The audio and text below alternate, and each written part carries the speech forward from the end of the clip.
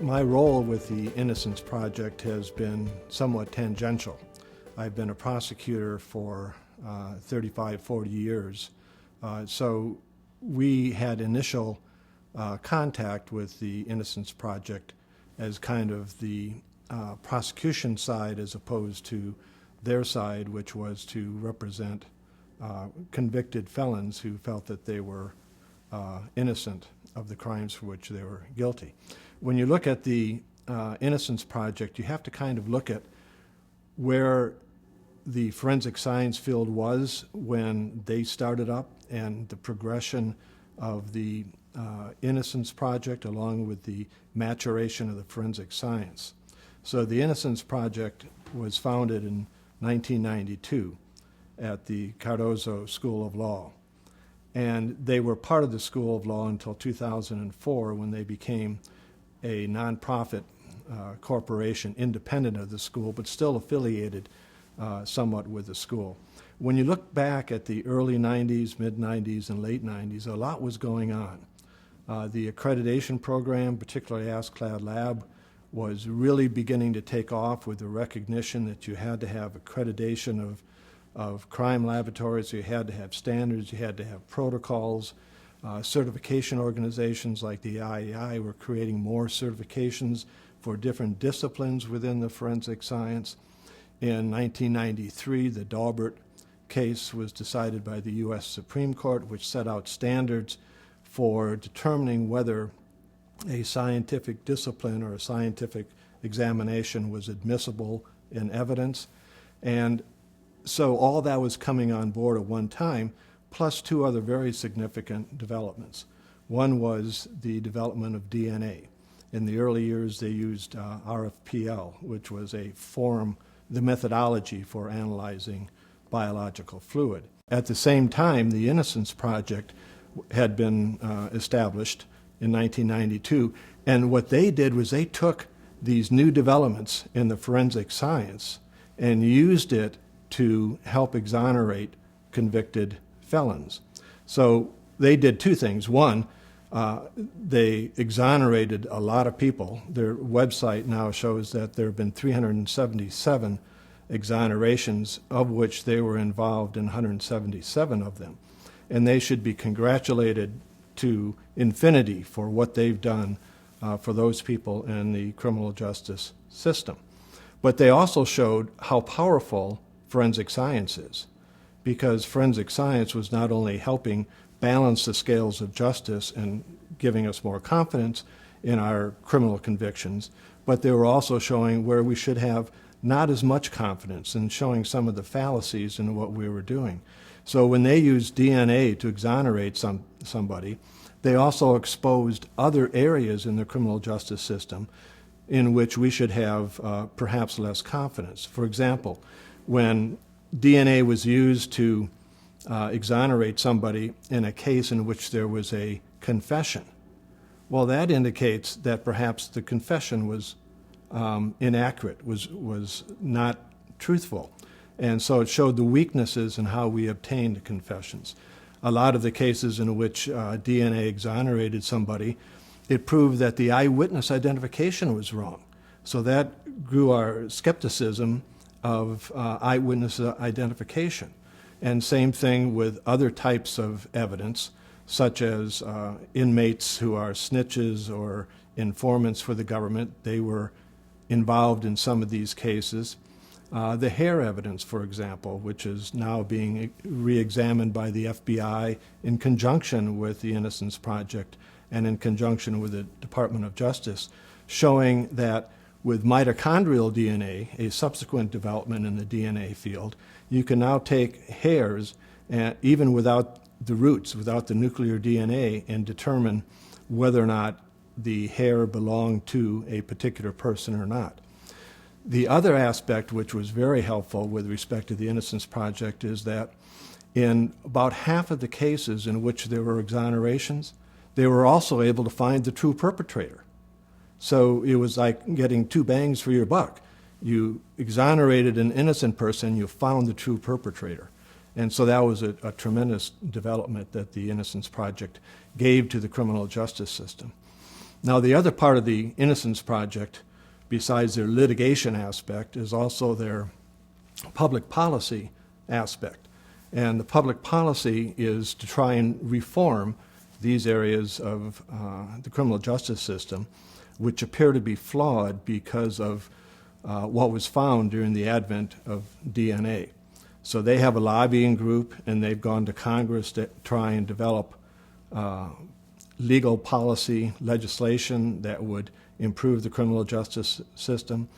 They've been successful in a couple of those areas in which small pieces of legislation have required external reviews of forensic laboratories in which there were serious errors that seem to be systemic in nature, areas in which we have to retain DNA now for future examination if it becomes apparent that that should be done.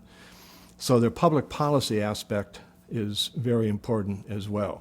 And they've worked with Senator Leahy on the Forensic Science Reform Bill, which unfortunately for years has gone no place, but which should, and it now reflects the extant forensic science, the National Commission on Forensic Science. So let me also talk about another aspect of the Innocence Project, which I find of interest. When they first started, there was a lot of tension between the Innocence Project and prosecutors, because here come these defense attorneys saying, okay, this guy's been in jail 10 years, he's innocent. And the prosecutors weren't buying that to begin with. DNA was new. They wanted finality in their judgments. They felt confident that they had convicted the right person. So for many years, the Innocence Project really had to fight in court to get prosecutors to understand what they were trying to do and to agree to these DNA examinations. That has changed over the year. Now 82% of those that they are able to follow, 82% of the prosecutors are agreeing to this post-conviction DNA analysis. So that has changed. But because of this tension back there, there was not much assimilation between what the Innocence Project was doing and what many of the law enforcement, prosecutors, even forensic sciences were doing, because they were challenging the forensic science, right? Because they were saying, you testified in this case, and this guy was found guilty, but he's innocent. And so there was that tension. It wasn't until, I think, around the early 2000s that both sides began accepting the fact that they were both trying to work for the same goal, and that is, factual truth and justice in the criminal justice system.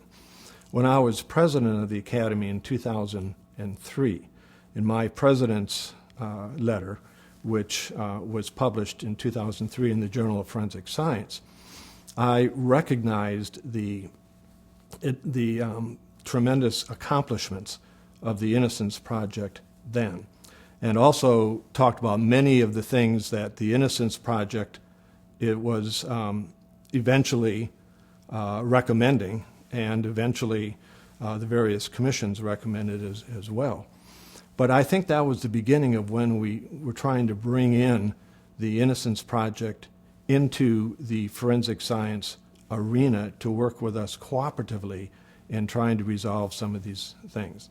That was in 2003.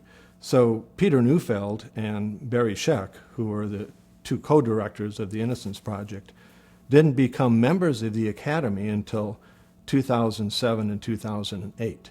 So they were not necessarily welcome here, and maybe they felt that they couldn't join, or what, I don't know what the situation was, but they weren't brought into the fold to work with us. And I think now they're in it completely. They're both fellows in the Academy. There are other members of the Innocence Project who are members of the Academy as well. And when you look at what's going on now, for instance, like the National Commission on Forensic Science, they're a part of that. I worked with them when I was a co-chair of the White House Subcommittee on Forensic Science. Talked to Peter periodically about what was going on, had him at meetings here in the Academy. One of the other things I think that has to be recognized in all fairness is that the Innocence Project with Peter and Barry is a headquarter entity. They're the Innocence Project and one of the first, but there's also a network. So there are 69 other smaller subgroups are in this network of Innocence Projects. So for instance, at the George Washington University Law School, there's an Innocence Project there. And in many of the, either the clinics or the schools themselves, there are these innocent projects that are all part of this network that all come together like a consortium to do these Innocent Project cases. So that's why I said in the beginning, the Innocence Project, one that we all think up in New York, associated with the Cardozo Law School, was involved in only 177 out of the 337 total cases. So not only did they do those 177 cases, but they spawned this network of collateral innocence projects around the country, 60 of which are in the U.S. and 9 of which are in foreign countries. So the very success of all these projects working together has led to significant exonerations.